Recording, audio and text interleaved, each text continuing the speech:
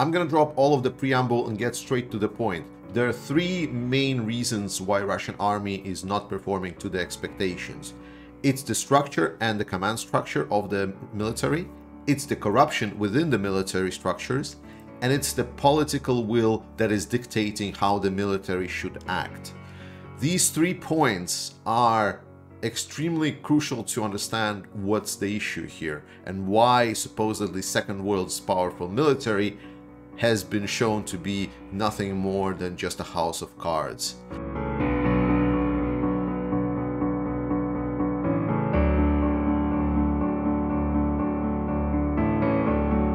So when we're talking about the Russian military structure, one of the most important things to start off with is to understand what it consists of.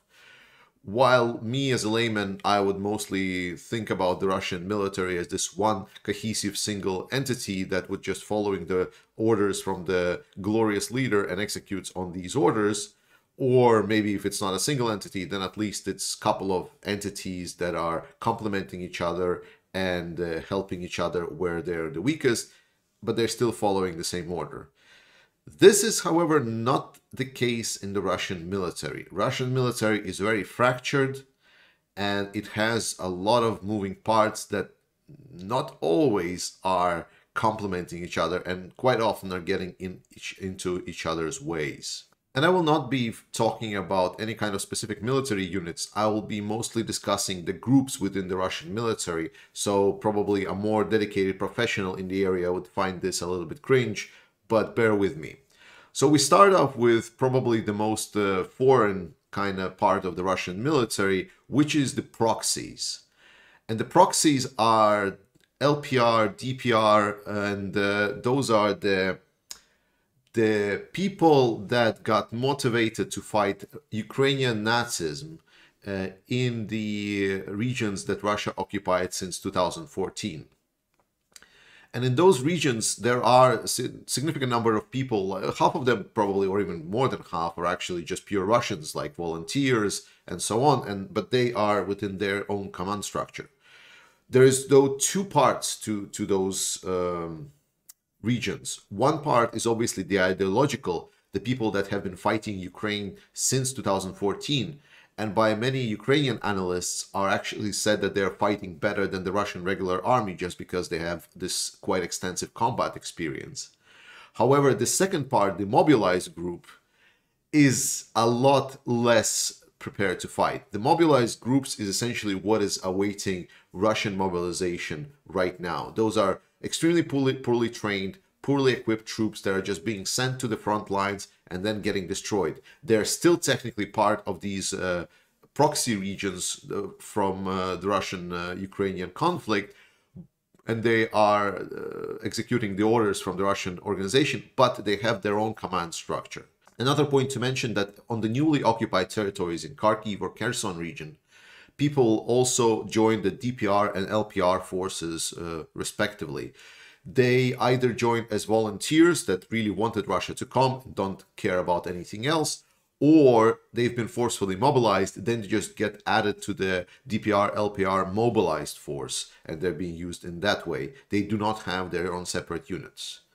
So the first thing to take away from this is that there are people from the Ukrainian occupied territories that essentially are being used by the Russian command, but they have their own command structures. And importantly, there is often tensions between the DPR and LPR forces quite a lot. Especially this came out to when the LPR forces said, we don't want to fight for the DPR because we already defended the Luhansk region, so now we're going to don't want to be fighting for the Donetsk region. So there is tension between the two, and they don't work actually quite seamlessly together, despite thinking that they are pretty much the same.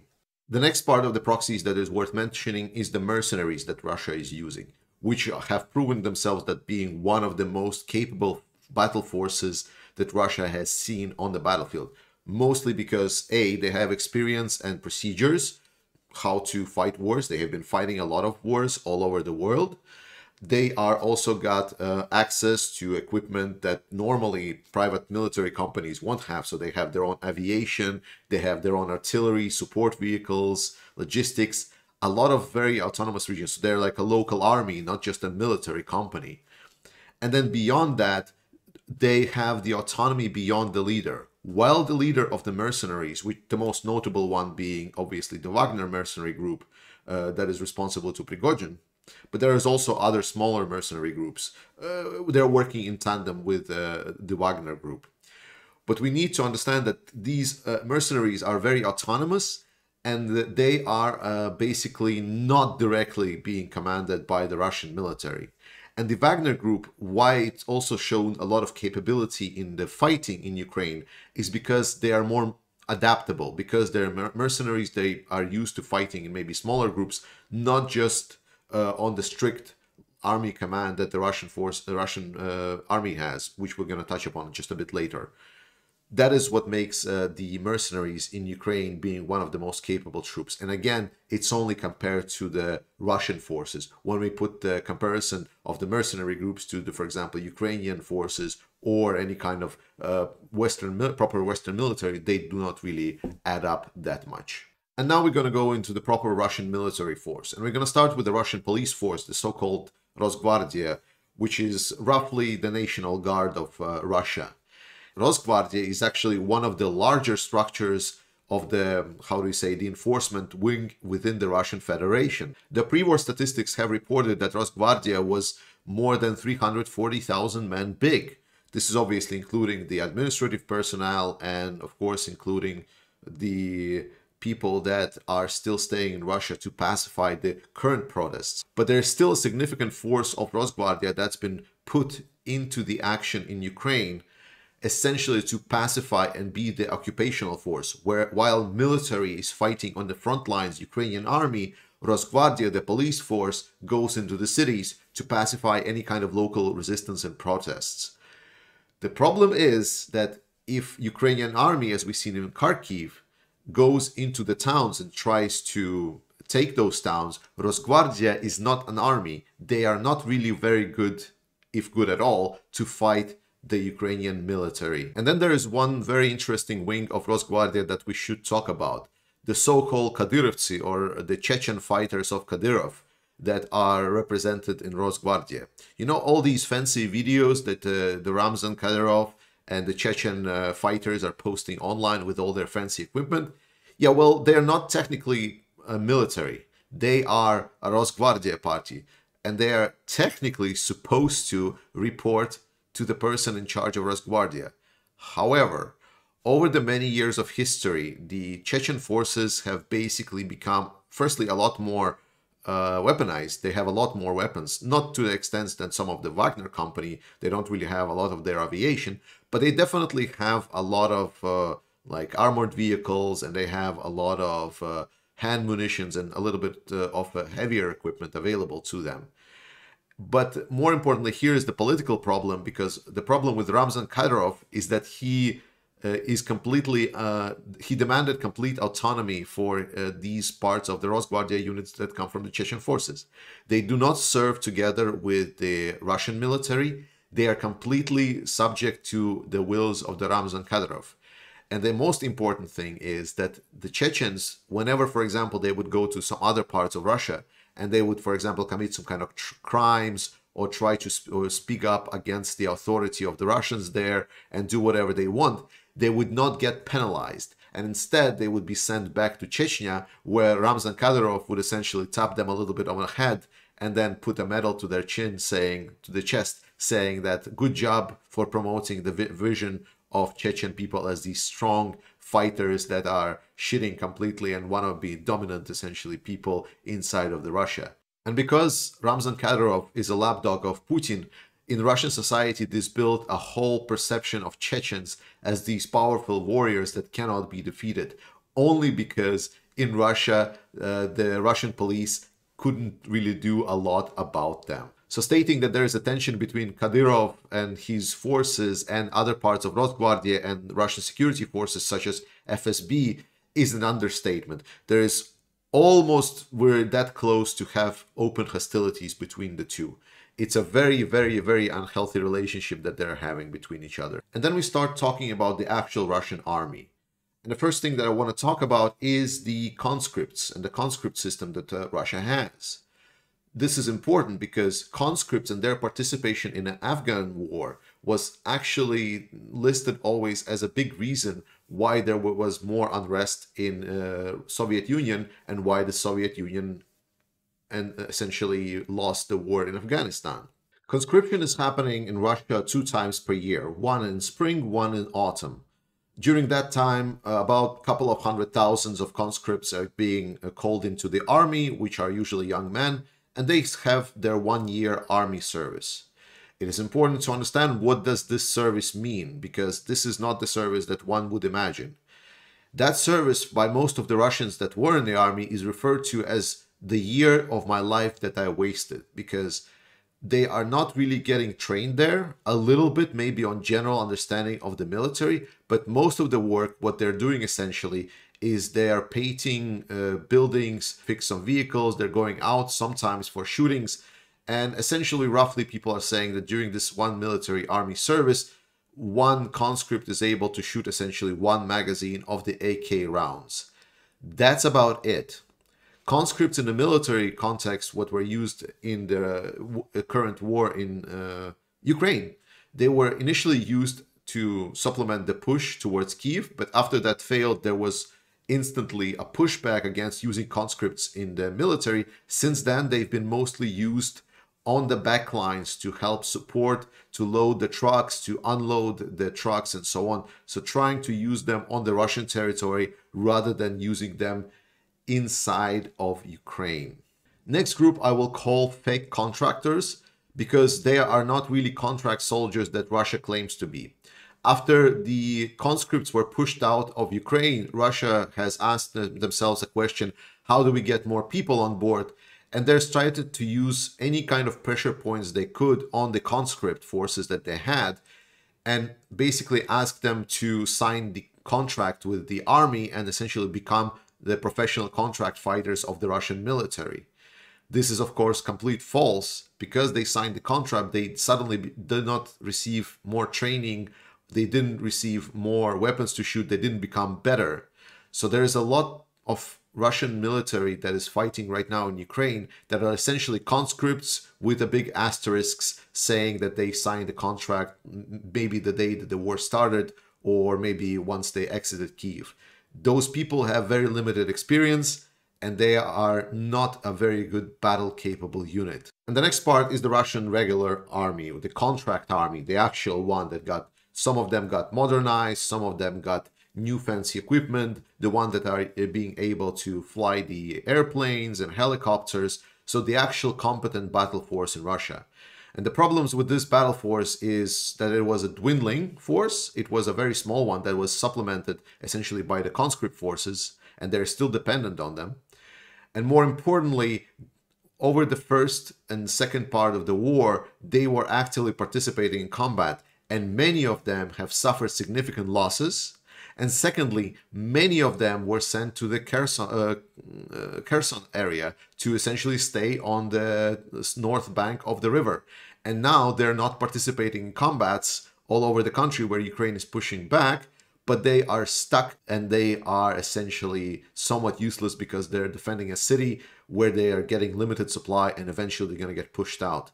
That is the problem with the current Russian professional force, at least what is left of it. Many of the units of the professional force have been almost completely wiped out, and then there are some others that are not completely wiped out nominally, but they are essentially consisting barely of the fake contractors. The next group I call fake mobilized, because while they are not technically mobilized, Russia, after the first month of the war, started calling in people with any kind of combat experience or volunteers or people that are in debt because they're offering some money for it. And they said, anyone who is willing, come to help us. And that's important to understand, because mobilization didn't start just now. And this is something that's going to impede a lot the quality of the mobilization that's going to happen right now. So these forces that over the last 5 or so months got mobilized, there is a system that's called BARS that literally called up on these people with some kind of experience and being battle capable. They got already drafted into the army. There is not many of them left to be mobilized further. So right now they're already fighting in Ukraine, and they become part of the forces that are on the combat lines already. And as I'm speaking, they're actually the ones that are defending right now when I'm recording this video. And then there are the mobilized, which are going to become partially mobilized once they reach Ukraine. The problem with them is that, as I said, the more battle-capable units and people that really wanted to fight this war are already fighting this war, because if anyone needed any money, the amount of money that were offered by the Russians were enormous by the Russian standards. So right now what we are talking about is the people that are being forcefully mobilized into the Russian military, and they are gonna be completely cannon fodder. There are reports stating right now, before it was that they're going to get trained for maybe 2 weeks and then sent to the front lines, which is nearly not enough. I'll remind you that young combatant training that is received, for example, in Great Britain or most of the Western armies is 3 months of intense training, maybe 1.5 if it's a super intense training, or 2 months. However, these guys are going to get maximum 2 weeks of training that the Russians are going to offer. And more importantly, a lot of the Russian trainers, like capable training stuff, has already been on the front lines in Ukraine, and they're fighting right now. So it's only whoever thinks that they had some trainings, they're offering it right now. And secondly, they are having old equipment. They are going to be sent to the front lines, as new reports suggest, in just a couple of days instead of 2 weeks. So they are going to be essentially a roadblock for the advancing Ukrainian forces, so the Russian artillery can take its time to target the advancing Ukrainian forces. They're going to die a lot, and this is... Some people said that it's going to be partial mobilization, it's just going to be 300,000.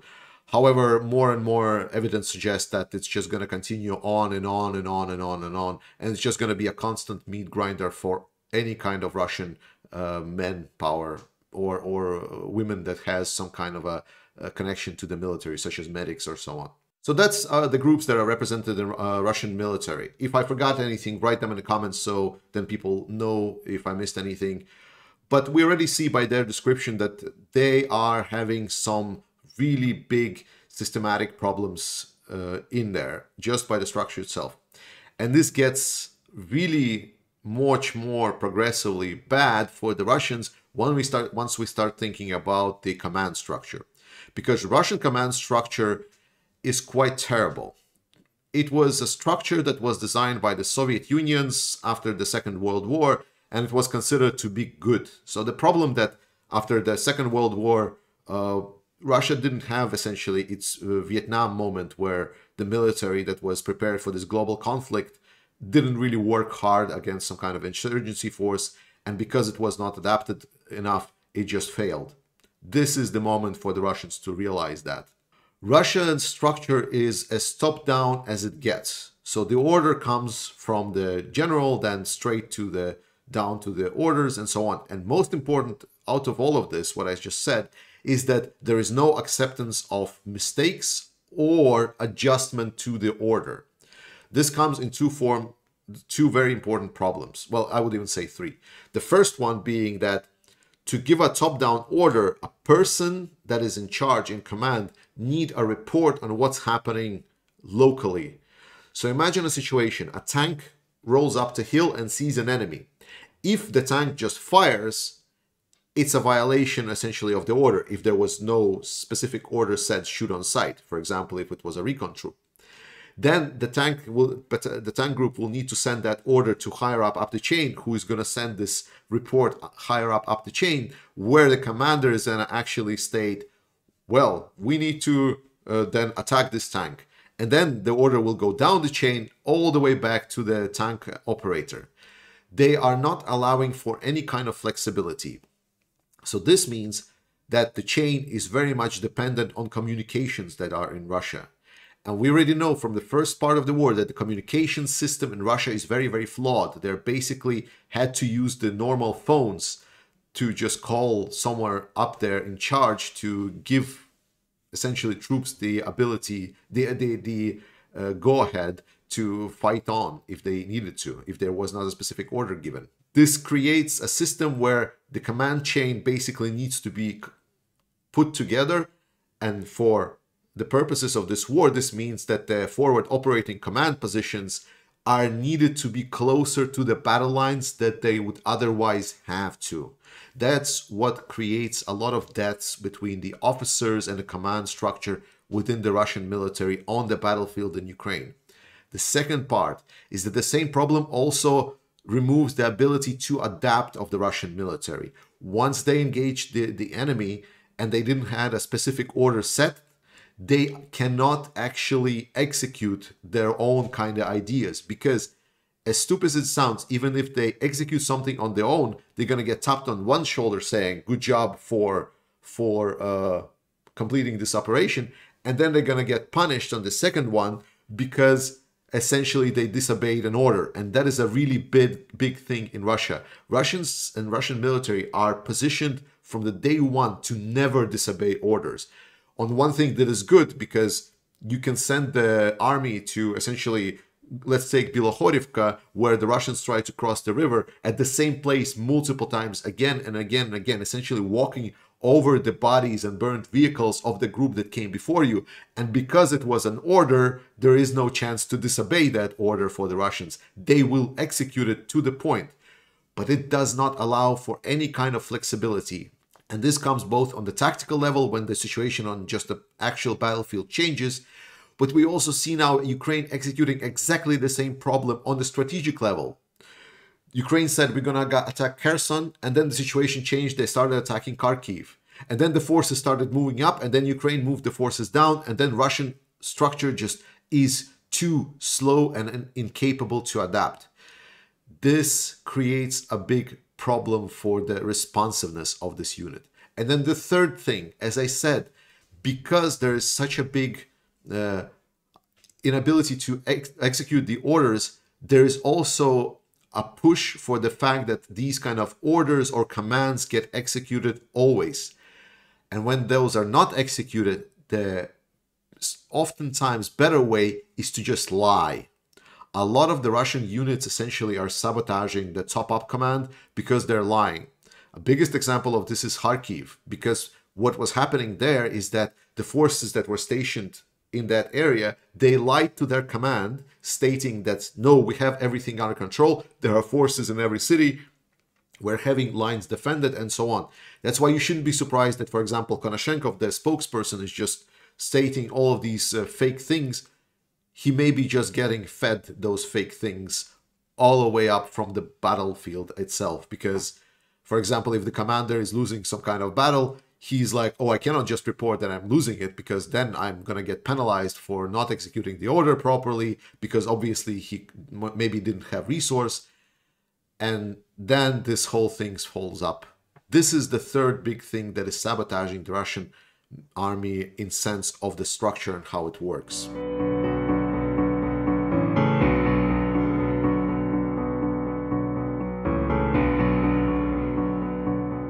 Now let's move to the second part of this discussion, to what problems the Russians are having, the corruption. Corruption is a very wide word, and it explains a lot of the different concepts, and most of these concepts are actually present in the Russian military. It's coming both from the corruption stating that people don't want to get in military, if we're talking something like conscripts paying off, not getting in military, to then people inside of the army selling a lot of the stocks. We need to understand that the fact that we thought there will be no war is not just a problem for the West, because we are trying to adapt and switch our mentality, and we didn't have stocks of weaponry, and we didn't have prepared units, prepared equipment to send, for example, now to Ukraine. But it's also hampering a lot of the Russian structure. Because of what I said previously, that it's very important to report to the command what they want.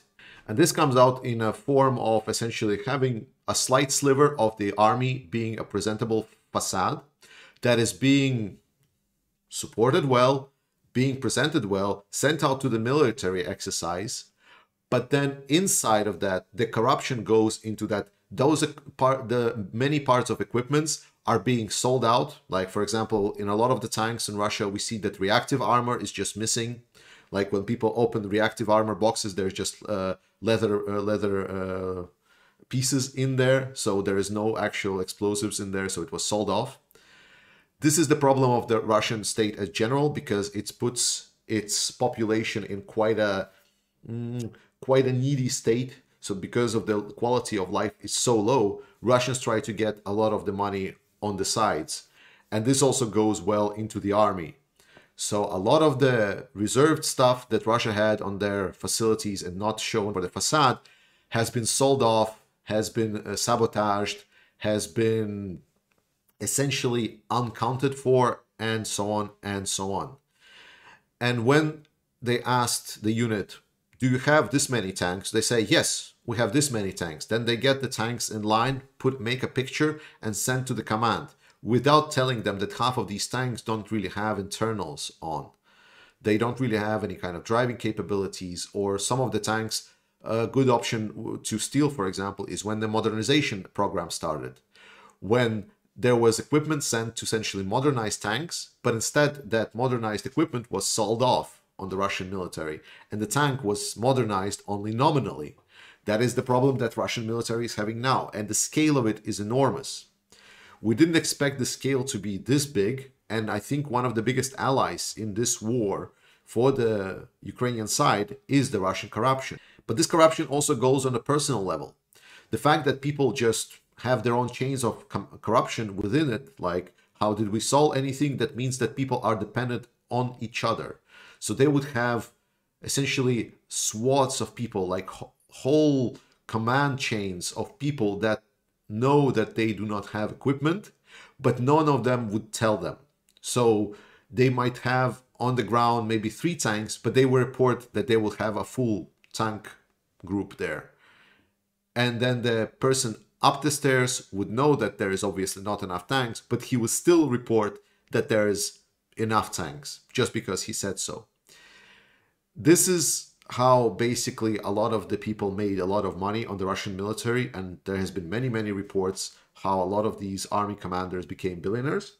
But this also goes for the corruption on the privateer side. That means that they're going to try to skip their work. They're going to try to get out of the army, or not execute their duties, or not participate in any kind of training. You know, for example, physical exercise. If someone doesn't want to run a lot, they can just pay off the commander and not run.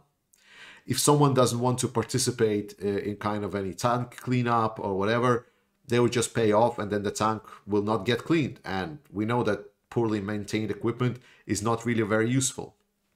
And this swath of problems have been permeated the whole army all throughout. And this, of course, also explains why, for example, in the West, we were considering Russia to be a lot stronger than it actually was, exactly for this reason. Because we saw the facade that was built by the Russian propaganda. We saw the facade that was built by this small sliver and presenting the tanks and so on. And we just applied it through the whole Russian military. It wasn't. The problem for Russia is that if this happened to the regular army, who says that the same thing didn't happen with, for example, their basically the last call, the nuclear forces? Who says that their nuclear missiles would even be able to fly?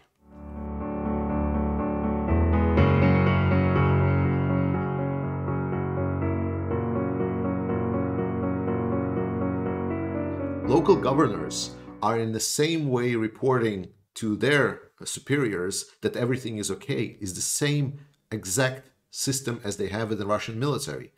They're stating that everything is nice and good and jolly and fine. It's not fine. So when the Putin thought that it was a good idea because he has a strong military, because he had a campaign in Georgia, for example, where they used a sliver of the Russian military, that sliver that was just on the show there to win off a couple of the regions in Georgia, or when it started to use some of that sliver of the army to facilitate the Ukrainian army, the non-existent Ukrainian army around 2014, that is when he thought that what he is doing is nice and good and he's going to be victorious, and in 3 days Ukraine will fall. He got complacent. He started believing his own dreams too much, which wouldn't be a problem. But the problem is that that's how authoritarian regimes work. The authoritarian regimes are built upon lies, especially the one that is Russia. And now he's being hit with the truth in the face. And he's trying to find any kind of salvation, but he can't. And this led him to essentially start giving out more and more weird commands on the battlefield. So let's try to think about this way. I'm just a regular guy working in a company, which I'm expecting a lot of us here are. So I'm hoping that you have heard of something that's called the waterfall project management system. It is essentially when there is a project team that is defining what kind of goal they want to reach, and then they define the number of steps how to reach that goal. And let's say that this was the initial plan of the Russians. They wanted to capture Kiev, for example. However, they also stated that they want to fight this war for the insecurity of Donbass, so let's say that was the secondary goal. And then the war started, and the Russian military started making steps only to realize the assumptions that they started on were flawed. And as they were trying to kind of reach the Kiev more and more realized that the steps that they're following are completely wrong. And a good project leader would tell you, well, that means that our starting point was wrong, so we need to go back to the starting point and then restart over. And this is what they did around Kiev, while also continuing their secondary advancements towards their secondary goals, like preventing Donbass. And they said, well, let's focus on that. However, there was already resources committed to Donbass, and it was not completely clear whether they would be able or not to get to Donbass. But as they started engaging, they started to realize that their assumptions, the new ones about their own strength, was not good enough. And they said to Putin, well, we are going to be able to do it slowly. However, they didn't completely go back on the first point, if you notice. There's still a couple of steps that were in there. For example, the Kherson. And then Ukrainians stated, well, now we're going to attack Kherson. And then Putin defined, well, now you need to take and defend Kherson. That is a new goal that appeared all over the place. And the Russian command said, well, we're not sure if we have enough resources to even take the Donbass, and you want us to go right now. But then, as a good project manager would say, we need to go back to the step one and then go from there to efficiently use the resources that we're having. And as anyone who is participating in a project, if you start randomly selecting different goal while you already are running a project that was specifically set out to do something else, it's going to create a huge mess that's going to end up being even worse in the long run than you can imagine.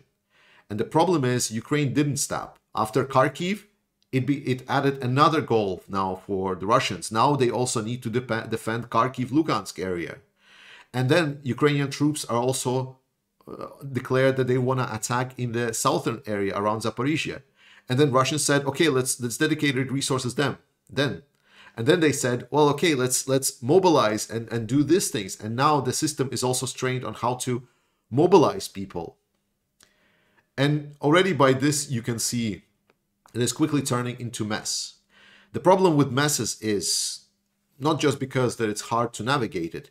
It's because mess, when it's not a straight line, one efficient usability of resources, it creates inefficiencies. And these inefficiencies tend to accumulate very fast, and then then have the tendency to completely ruin anything that was also efficiently working just by them. Russia is heading exactly for that. The fact that they are not working as a coherent organism, the fact that they are trying to lie to their own superiors that everything is fine when it's not fine, the fact that they are having units that are not working as intended, they are now trying to set out more resources, dedication, but those resources are actually requiring even more resources in the first place to make them viable. So they are even providing any kind of value. It's just added to the hot pot.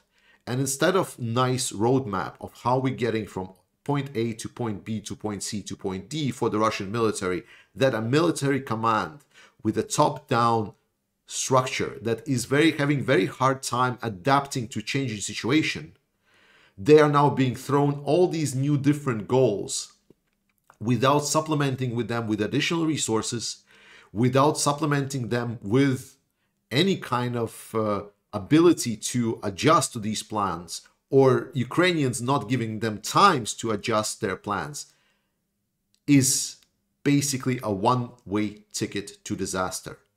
And that is why the Russian military is shit. Thank you so much for listening to this. I made this video very general and I definitely skipped a lot of the things. So please write in the comments. I very much love hearing from you all. And I want to say thanks to all of the supporters of this channel that are supporting. I'm running this channel non-profit, so 50%, at least 50% of whatever I gain is going to Ukrainian army, and the other ones just goes to improve this channel.